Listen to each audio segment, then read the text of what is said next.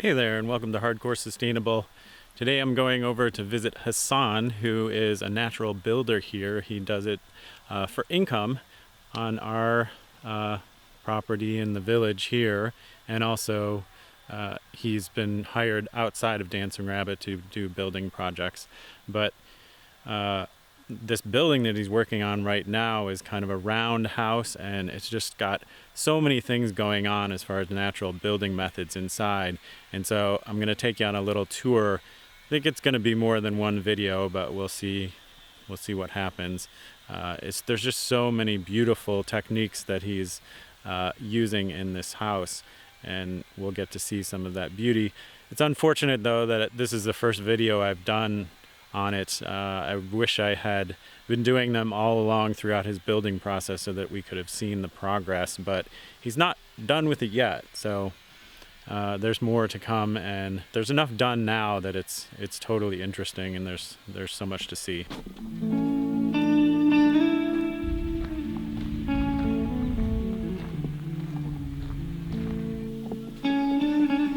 Hey Hassan, how's it going? Hey Dan, hey, how are you doing? Good. Great. So I came to get a little tour of your house, and Awesome. wanted to find out, what kind of natural building methods you're using, all the aesthetic beauty. I know it's like really amazing what you have going on in here, so Cool. Let me show you around a little. Okay, cool. So this is a big roundhouse, and it's 36-foot diameter, and we're on the north side of the building right now. And so this is a pond liner that you see here. It's protecting a retaining wall that will be holding soil built up like a berm on the north side of the building here that will help protect the building from the north part of the atmosphere, which is the coldest part of the experience outside the building. And it will also house a water tank. And so the water tank will be below ground but above grade in this earth berm. Okay. And so the retaining wall that will go to here will have a wing that tapers off down over to nothing over here near the road. And so walking up to the house, we'll kind of start, from the gravel road here. And we'll walk along a path with this retaining wall building up slowly, gradually along one side until about here or so, where it'll be at full height. And so the front door, which is right here, I'm working on installing trim stuff right now actually, will be pretty protected by this berm off to the side here. Nice. I've been thinking about doing a gabion style berm, so wire cage with rocks built into it. Okay. And so we can hook things on the wire cage easily, or have vines growing up it, and really easy to build and multi-purpose. Nice. And then you don't have to have as much of a slope on this side. You can just have a steep wall. Is that the idea? Yeah. Yeah. So it'll probably be like 2 feet or so wide, wire cage filled with rocks. Okay. A gabion doesn't need a drainage foundation system. So if I built like a brick wall or concrete wall or something, I'd have to have a drainage system underneath it so that when the ground moved from freeze and thaw, it didn't crack apart. Okay. But a rock cage wall can move around with the seasons and still be fine. So then this is the front door, and we'll step up into the house, and then this will be built up to about this elevation with tile. So this is a tiled entranceway here, and then there's part of a wall going in here, and there'll be another one on this other side. And so there'll be probably a little bench and hooks for coats and things. Okay. And this wall is going to separate the entranceway from a little bucket humanure system room that will have a bucket system and a little sink. And then there'll be a division wall. And this is a closet space here that will house a refrigerator. That'll be accessed from this hole here, which is the kitchen space. And then on the other side of this entrance room, there's this wall that's in process of going up now. Both the sides of this entranceway will have hard maple tongue and groove flooring that's reclaimed on the sides. And so this space should feel pretty bright and clean and nice, kind of coming in, take your boots off kind of vibe. And then there'll be a door here that opens up to the north storage and utilities room. And so this is outside of the insulative envelope of the house, but it's protected by that earth berm. And so it should stay kind of a temperate climate zone sort of style, maybe between 50 and 75 year round. Okay. So it's not heated or cooled, but it's kind of naturally heated and cooled by the ground contact and earth contact on the outside.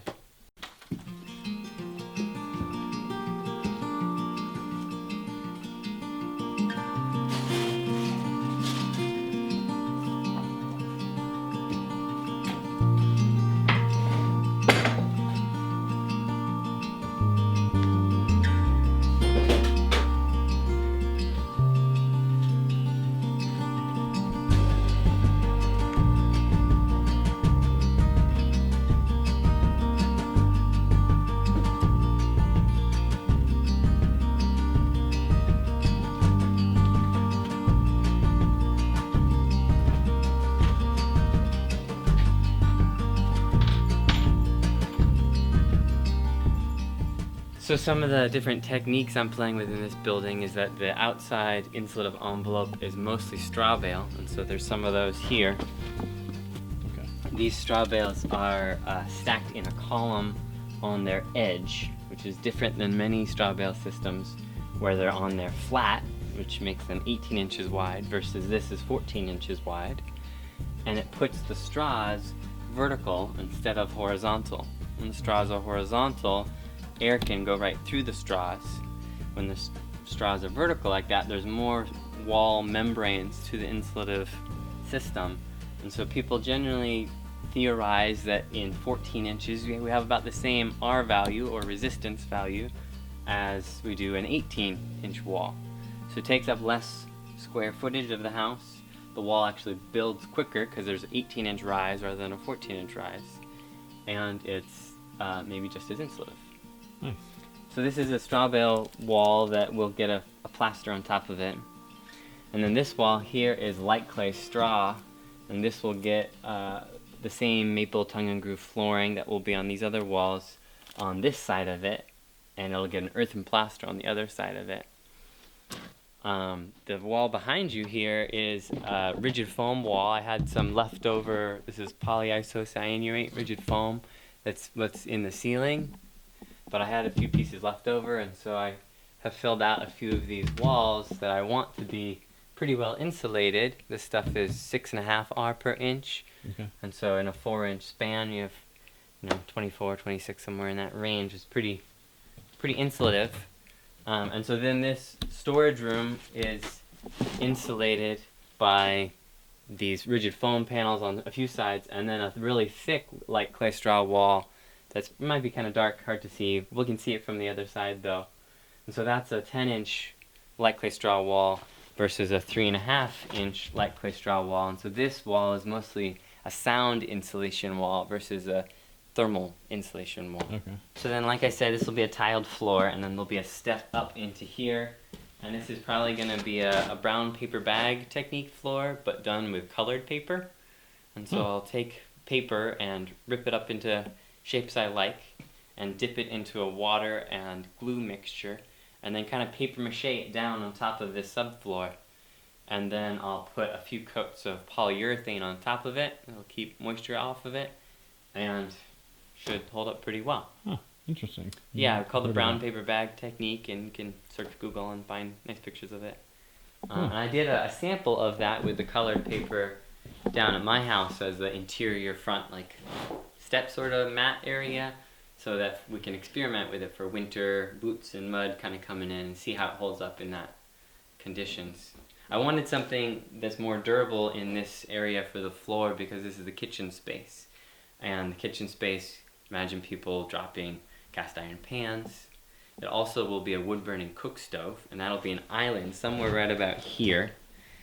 And there'll be a big counter wrapped around along this back wall with a sink there.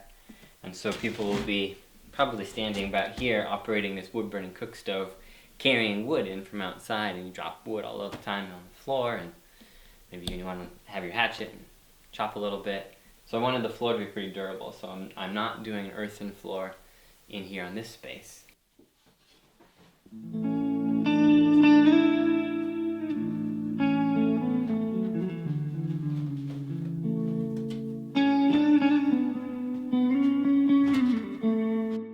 If you want to see more pictures of the building process of Hassan's round house, find out about his workshops, or hire him to build your house, go to his website cobwellbuilder.com by following the link in the description below.